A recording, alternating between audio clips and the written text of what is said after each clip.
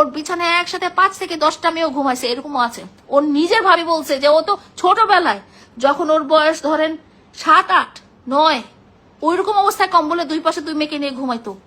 আমি নিজে দেখছি ওর মা 200 টাকা নিয়ে ওর বেডরুমে মেয়েদেরকে ঢুকাইতো। ওর মা তার দালাল, 200 টাকা নিয়ে বেডরুমে ঢুকাইতো তার ছেলে। আমি থাকা অবস্থায় তার লাইফে আমি বলছিলাম যে ও যখন আমি আর ও যখন আলাদা হয়ে গেছে, ওর বসুন্ধরায় যে ওর আলমিরা দেখে আমি অবাক হয়ে গেছি। 150 প্যাকেট কন্ডম। কোন মানুষের বাসায় থাকে 150 প্যাকেট কন্ডম?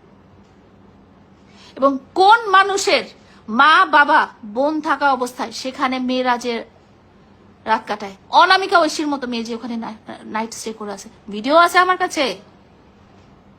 কিভাবে? ও বলছিল না এগুলো আমাদের শুটিং ছিল। ও যে সব চ্যানেলগুলোতে যে ইন্টারভিউ দিয়ে আসছিল, হ্যাঁ, যে সে রণবীর সিং এর মতো নগ্ন হয়ে শুট করতেছিল অনামিকা ঐশীর সাথে, সেই শুটিং এর ভিডিও কোথায়? সেই সিনেমাটা কোথায়? আমি একটু দেখতে চাই তো। সেই সিনেমা কি সেন্সর বোর্ডের থেকে ফাঁস করে আসে নাই? সেই সিনেমা কোথায় আজকে? আপনারা যারা এত বছর ধরে মামুনকে সাপোর্ট করছেন, কেন করছেন? আপনাদের কি বিবেক বিবেচনা কিচ্ছু নাই? একটা মানুষকে যে রাস্তায় পিটায় মেরে ফেলতে চায়, যে প্রচন্ড গালাগালি দিয়ে 23 থেকে 27 মিলিয়ন লোকের সামনে লাইভ করে, আমার বাসায় বসে লাইভ করে আমাকে মেরে ফেলতে চায়, সেই মানুষটা কেমন হইতে পারে? সেই মানুষটা কিভাবে আপনাদের আইডল হয়? কিভাবে আপনাদের আইডল হয়? সেই মানুষটা কিভাবে আপনাদের আইডল হয়? আপনারাই বলেন। কিভাবে আপনারা তার সাপোর্ট করেন? কেন তার ভিডিও দেখেন? কেন? যে একবার অপরাধী, তাকে তো আমি অনেকবার সুযোগ দিয়েছি, সে তো কোনোবার শুধরায়নি। এখন আমি তার লাইফে নাই, এখনো শুধরায়নি কেন? সে যে আমার নামে কতগুলো অপবাদ দিয়েছে।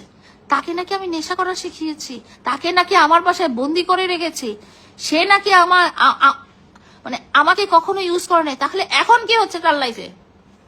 এখন কি হচ্ছে?